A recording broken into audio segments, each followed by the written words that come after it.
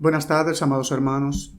Que la paz de nuestro Dios esté con ustedes en esta tarde y muy especialmente ahora que vamos a compartir una porción de la palabra de nuestro Dios.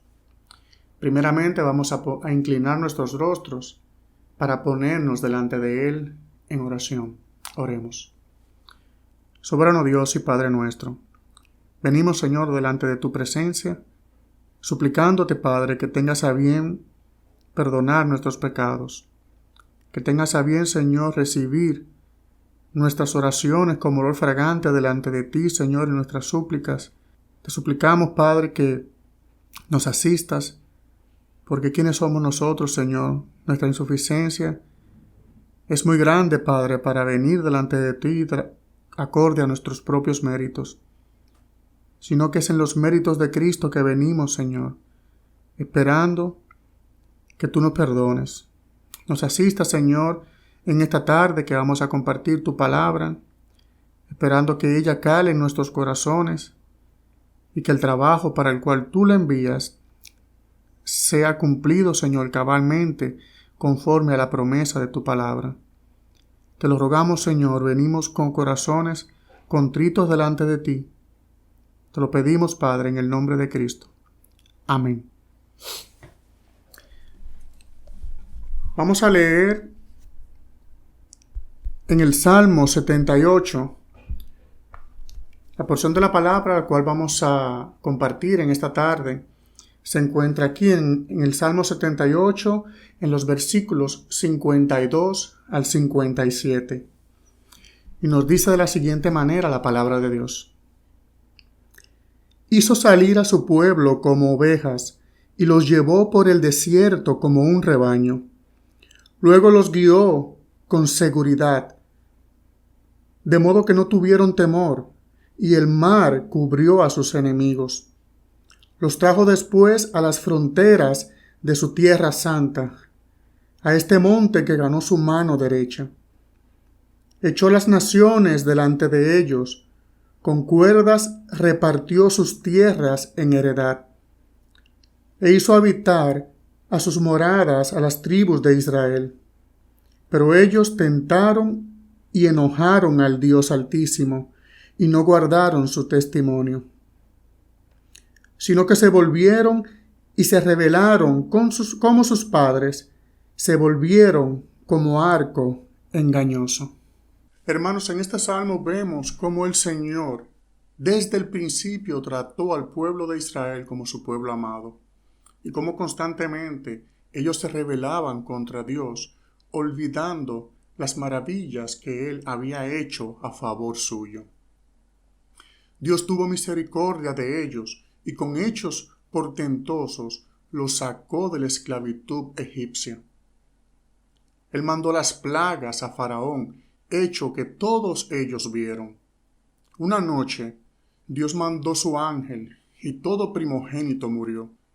Solo no murieron aquellos que habían grabado con sangre el dintel de sus puertas. Hermanos, podemos listar muchas otras acciones que Dios hizo a favor del pueblo de Israel.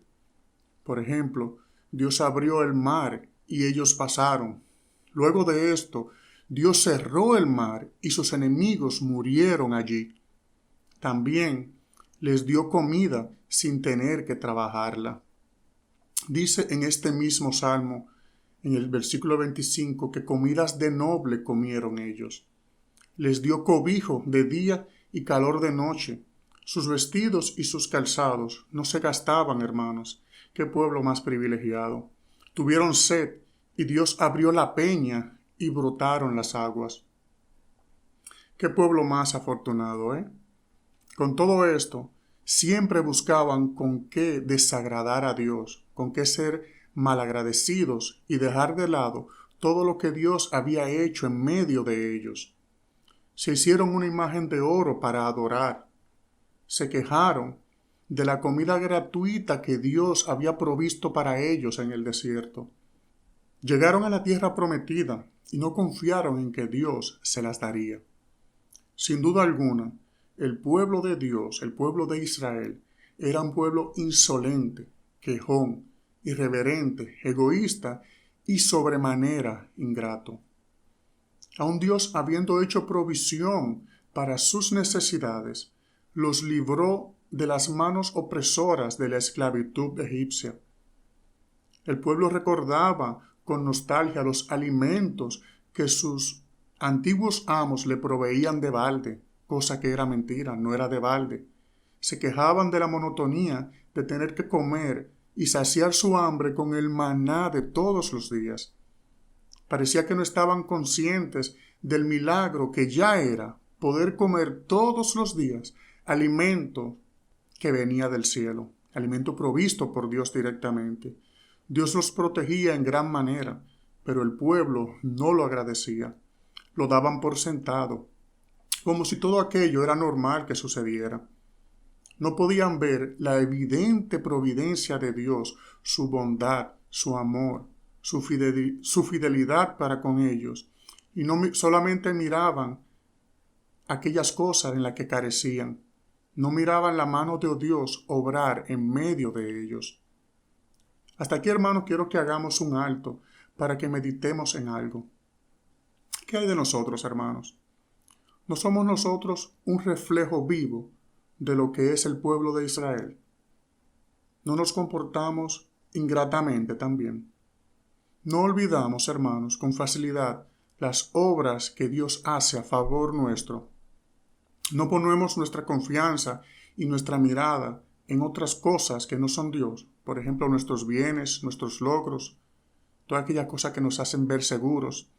El pueblo de Israel se creó un becerro, hermanos. ¿Y nosotros? ¿No nos creamos el nuestro? La ingratitud y la queja, hermanos, son pecados en los que podemos caer muy fácilmente. ¿Has pedido a Dios, por ejemplo, por un trabajo, el cual te ha llegado y luego te quejas porque no es el trabajo que tú crees merecer?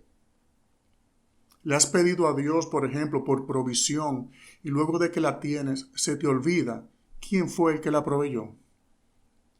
Por ejemplo, los hermanos que tenemos negocios o que trabajamos de forma independiente, fácilmente nos vemos en la tentación y la situación de creer que lo logrado, hermanos, ha sido por nuestro propio esfuerzo. Olvidamos las oraciones de nuestros hermanos intercediendo a favor nuestro. También olvidamos la provisión de Dios a nuestro favor. Recuerdo una vez cuando yo trabajaba con el hermano Oliver que estábamos iniciando un negocio en el cual requería que nosotros fuéramos a presentar una propuesta de servicios a otras empresas. Recuerdo que tanto necesitábamos la mano de Dios obrar a favor nuestro. Que, por ejemplo, minutos antes de nosotros o de yo entrar a la reunión, oraba para que el Señor abriera las puertas. Pero también, hermanos, muy tristemente, recuerdo como muchas veces salí al interior del país confiando en mis habilidades. No me acordaba ni siquiera de orar para que el Señor cuidara mis caminos. La ingratitud reina cuando ignoramos el valor inmenso, hermanos, de aquello que Dios nos ha brindado. Si estás pasando, hermano, por este momento, clama a Él, aunque en tus pensamientos creas que Él no te va a escuchar. Dice la palabra en el Salmo 51, número 17, al corazón contrito y humillado, oh Dios, no despreciarás. Clama, ve en oración delante de Él, porque si te dejas envolver, hermano, en tus pensamientos de incredulidad, cada vez más será más difícil salir de ese pantano cenagoso que tú y tus pecados han preparado para tu propia perdición. El pecado endurece nuestros corazones, nos hace apáticos a toda la verdad que tenga que ver con Dios. Sí, hermanos, así es. Somos, igual que el pueblo de Israel, necios, egoístas, quejones, irreverentes y por sobre todo ingratos. Dios trae a sus pies a diversidad de personas, hermanos. Los trae, muchos de ellos, felizmente, para que cuando ven la realidad y la misericordia de Dios que siempre ha obrado a favor de ellos en sus vidas. Pero otros muchos, hermanos, vienen a sus pies felizmente también, pero solo cuando Dios los saca de la desesperación, de la mala vida a la que el fruto de sus pecados los han llevado. En el Salmo 40, número 2 nos dice: y me hizo sacar del pozo de la desesperación, del lodo cenagoso. Puso mis pies sobre la peña y enderezó mis pasos. Este versículo, hermanos, es muy gráfico en cuanto a lo que quiere dejar dicho. Este lodo cenagoso no es más que una especie de pantano en el cual mientras más te mueve y más te desesperas, más te hundes. El pueblo de Israel se vio muchas veces envuelto en este lodo de este pantano. Este lodo fue creado por sus pecados y vino a ellos en diversas formas. Por ejemplo, vino en forma del pueblo de Egipto y la esclavitud en el pueblo de Babilonia. Lo que quiero que hagamos, hermanos, en estos momentos es que recordemos de dónde Dios nos sacó y qué tan profundo era aquel pantano en el cual nosotros estábamos. Para nosotros, hoy día, este lodo puede estar representado de muchas y diversas maneras. Por ejemplo, el orgullo, deudas, conflictos, hermanos, tanto con familiares como con amigos, vecinos, escasez también, enfermedad, depresión, etc. Recordemos qué tan hundidos estábamos en nuestra desesperación cuando Dios nos sacó de allí. Recordemos cómo Él nos sacó de aquel pantano y puso nuestros pies sobre la peña firme, seca y limpia que es nuestro Señor Jesucristo. Recordemos cómo Él en amor enderezó nuestros pasos. Recordemos cómo hizo provisión de perdón y misericordia para nosotros en Cristo. Recordemos, hermanos, también, y vayamos humillados delante de Él. Confesemos nuestros pecados con corazones arrepentidos y humillados, hermanos. Él es fiel y justo y grande en misericordia. No debemos desfallecer y descubrir que somos tan imperfectos y semejantes al pueblo de Israel.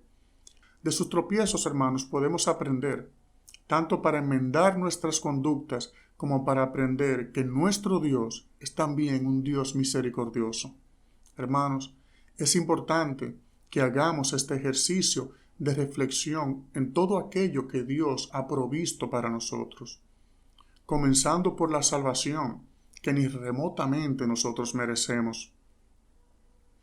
Observemos que cada día y cada instante que vivimos en esta tierra, y más aún siendo creyentes, es un regalo en sí mismo, y que todo lo demás es pura añadidura. No sabemos cuándo hemos de morir, hermanos, pero nadie sabe cuándo lo hará. Cada momento debe ser recibido con gratitud. Oremos al Señor que no nos deje sumergidos en este pozo de nuestros pensamientos de incredulidad. Que ponga en nosotros fe viva y verdadera. Que ponga en nosotros el don bendito, hermanos, de recordar quiénes éramos y a dónde estamos ahora delante de Él. Hay muchos, hermanos, por lo cual estar agradecidos. Nuestra salvación, su cuidado, sus promesas, su paz, su suficiencia, su palabra, su espíritu que no nos deja y nos consuela. La eternidad ganada, hermanos, entre otras tantas bendiciones inmerecidas y que podemos decir que la tenemos. Son tantas las bendiciones que obviamos a la hora de quejarnos. Pensemos y reflexionemos, hermanos, que siempre debemos ser agradecidos, aunque nuestros caprichos, hermanos, no sean atendidos. Oremos.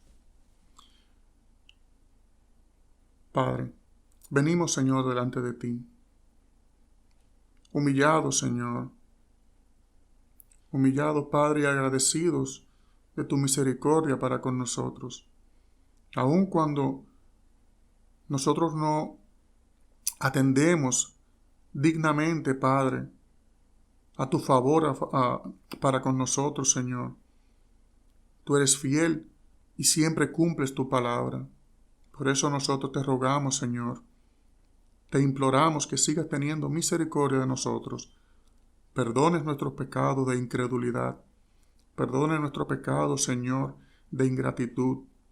Perdones, Padre, nuestro pecado de creer que somos suficientes cuando conseguimos o tenemos algunas cosas. Te rogamos, Padre, que tenga misericordia de tu pueblo, pues somos pecadores, Señor. En Cristo, Señor, te pedimos y te damos las gracias por tu misericordia inmerecida. Amén.